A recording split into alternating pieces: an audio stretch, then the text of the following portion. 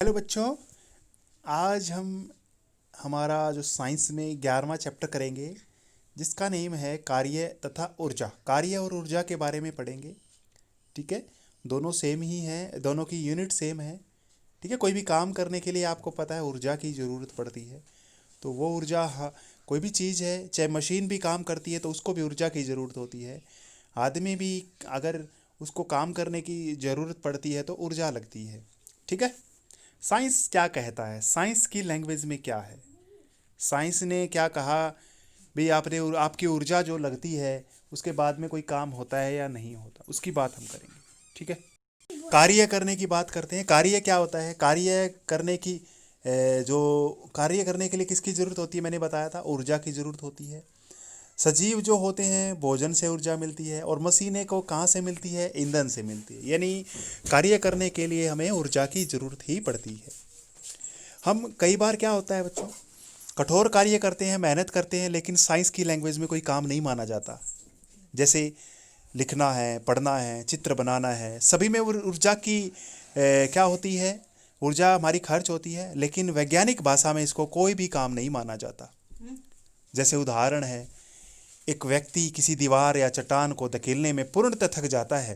वो थक जाता है बिल्कुल, लेकिन दीवार नहीं हिलती तो कोई कार्य नहीं माना जाता। इसी तरह से अगर कोई व्यक्ति है, कोई भारी सारा सूटकेस ले रखा है, कोई सामान ले रखा है, वो बिना हिले डुले खड़ा हो रखा, थक जाता है, लेकिन वो वहीं पर खड़ा है, उसका कोई कार्य नहीं माना जाएगा। तो साइंस कब कह, यानी जैसे ये दीवार पे धक्का मार रहा है, ये इस चट्टान के ऊपर धक्का मार रहा है, कोई दीवार हिलती नहीं है, चट्टान हिलती नहीं है, तो कोई भी काम नहीं माना जाएगा। ठीक है, नेक्स्ट देखिए, कार्य माना कब जाएगा। देखिए, कार्य तब माना जाएगा जब कोई चलती हुई वस्तु है वो विराम अवस्था में आ जाए, या फिर विराम वाली वस्तु है वो चलना शुरू कर दे, या अगर कोई चलती हुई वस्तु है उसकी गति में परिवर्तन आ जाए, वेग में परिवर्तन आ जाए, या फिर उसका साइज परिवर्तन हो जाए, आकार में परिवर्तन आ जाए।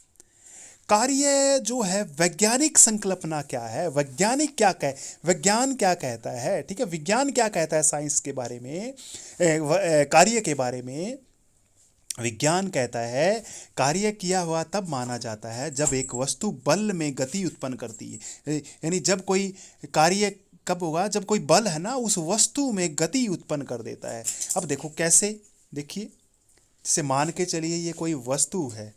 ठीक है, ये क्या है? कोई वस्तु है, इसके ऊपर आपने क्या कर किया, एक बल लगाया, फोर्स लगाया, और जो ये वस्तु है ये इधर आ गई, यानी इसकी जो डायरेक्शन है वो चेंज हो, यानी इसकी जो इसने क्या किया, इसने कोई विस्थापन हो गया, इस वस्तु ने कुछ दूरी तय कर दी, तब हमारा काम माना जाएगा, वर्क माना जाएगा।